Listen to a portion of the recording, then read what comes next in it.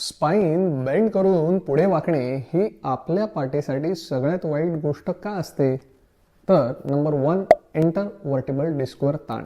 Spine bend करून वाकल्याने इंटरव्हर्टिबल डिस्कवर जास्त ताण पडतो, दबाव पडतो, त्यामुळे डिस्क हर्निएशनचा धोका वाढतो. नंबर 2, कंप्रेशनचा धोका.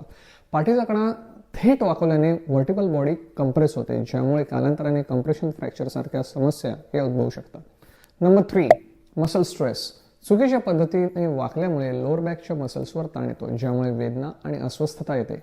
खराब पोश्चर, मणक्याने वारंवार वाकणे खराब स्थितीतून योगदान देते, ज्यामुळे तीव्र मस्क्युलोस्केलेटल समस्या उद्भवू शकतात. Number 4, reduce stability. मणक्यात वाकल्याने व्हर्टिबल कॉलमची स्टॅबिलिटी ही कमी होते. Number 5, limited range of motion.